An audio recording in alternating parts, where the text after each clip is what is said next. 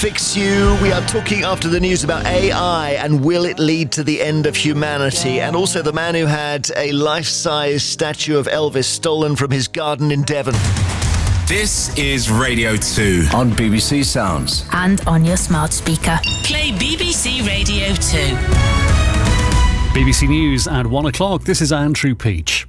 A new wave of rail strikes has brought many services to a halt. The president of the CBI is stepping down early as the business lobby group tries to restore its reputation.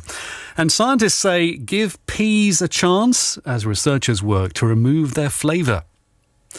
Rail services have ground to a halt in parts of the country as the start of a new wave of strike action. The walkout by members of the train drivers' union ASLEF is hitting 15 rail companies today. The RMT union is going on strike on Friday in their long-running dispute about pay, jobs and conditions. Then on Saturday, the day of the FA Cup final at Wembley, the ASLEF union will walk out again. The union's General Secretary, Mick Whelan, says there's been a lack of progress in talks, but he remains hopeful. Ultimately, there will be a resolution and ultimately we'll have to solve this. But after 4 years without a pay rise, my members still feel they're entitled to one. The Chief Operating Officer for South Western Railway, Stuart Meek, says the union should stop disrupting people's lives. The negotiations are happening on a national level with all train operating companies. What we would do, of course, is encourage the trade union to get back and have a discussion about these offers and try and put them to their members so we can move forward and stop the disruption to passengers. A cabinet minister has said documents will only be disclosed to the COVID inquiry where it's appropriate, as the deadline nears for all of Boris Johnson's unredacted WhatsApp messages and diaries to be handed over. Yesterday, the Cabinet Office was given an extra 48 hours to provide all the information requested by the chair of the inquiry, Baroness Hallett. The government has so far resisted, insisting some of the material is irrelevant. The Work and Pensions Secretary, Mel Stride, was asked whether the government might take legal action.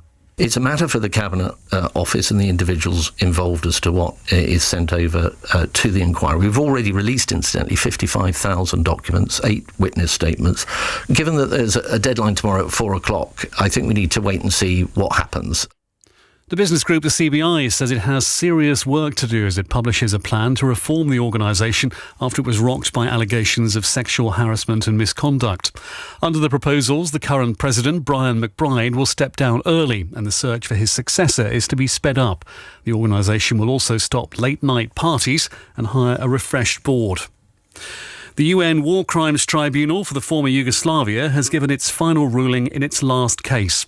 It increased jail terms for 2 Serbian officials convicted of training death squads who committed crimes including murder and ethnic cleansing.